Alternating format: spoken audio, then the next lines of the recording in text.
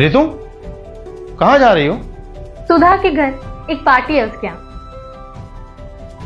ऐसे कपड़े पहनकर सुधा के घर जा रही हो? क्यों, क्या खराबी है इन कपड़ों में भैया? ट्रेंडिंग के हिसाब से ही तो है। भूमिका, भूमिका, क्या ये, क्या है ये? किस तरह के कपड़े पहनकर ये घर से बाहर जा रही है?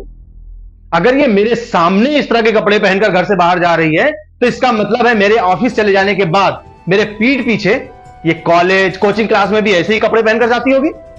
हाँ, जाती तो है ऐसी ड्रेसेस पहन के। अब मैंने कई बार मना भी किया, अब ये नहीं मानती हैं तो मैं चुप हो गई। चुप क्यों हो गई? मुझे क्यों नहीं बताया? एक्शन क्यों नहीं लिया? हाँ, अभी कुछ बोल दूं तो लोग यही कहेंगे, बिन माँ बाप की बच्ची है, भैया भाभी ने जुल्म ढा रखा है इनके ऊपर, इनको खुद नहीं समझना चाहिए। अरे दुनिया क्या समझेगी इससे मतलब नहीं है। तुमने अपनी जिम्मेदारी क्यों नहीं समझी?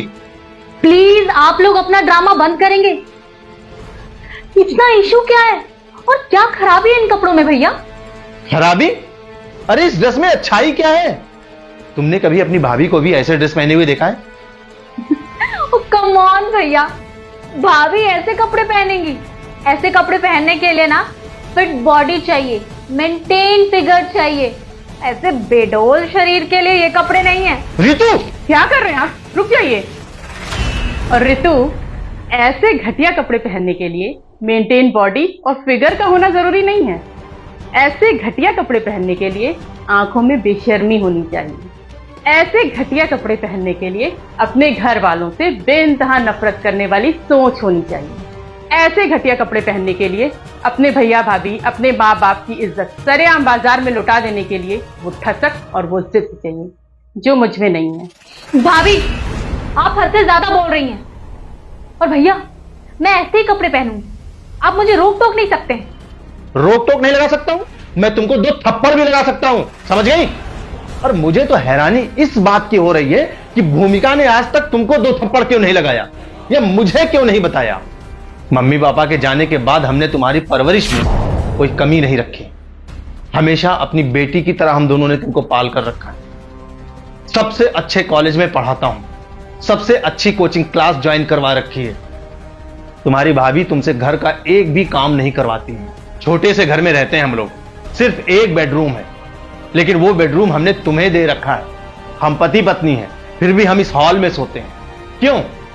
ताकि तुम अच्छे से पढ़ाई लिखाई कर सको, इस गरीबी से बाहर निकल जाओ, अच्छे घर में तुम्हारी शादी हो सके। लेकिन अगर तुम्हारा सारा ध्यान इस ऊल जलूल ट्रेंडिंग फैशन पर रहेगा, सारा दिन तुम सोशल मीडिया में घुसी रहोगी, तो बेटा आज के 5 साल के बाद तुम आज के दिन को लेकर बहुत पछताओगे। लेकिन भैया, मेरी सारी सहेलियां ऐसे कपड़े पहनती हैं। अपने भाभी के सर पर हाथ रखकर कसम खाओ और बताओ कि तुम्हारे कॉलेज की, तुम्हारी कोचिंग की टॉप 10 ब्रिलियंट लड़कियां जो पढ़ने में ब्रिलियंट हो, वो ऐसी ड्रेस पहनकर आती हैं?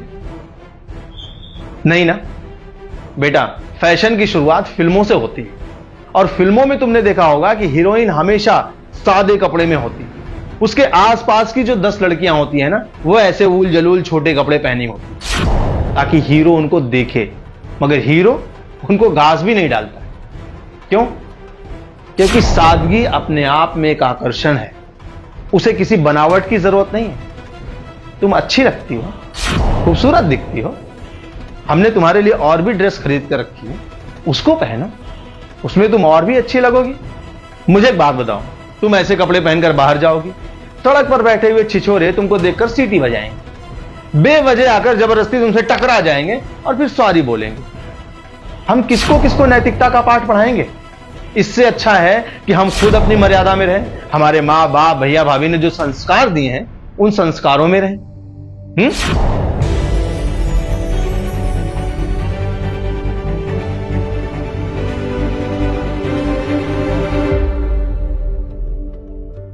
भूमिका, छोटी बहन, छोटी ननंद, ये बेटी के समान होती है, और बेटियों को सही संस्कार देना मां बाप का कर्तव्य है।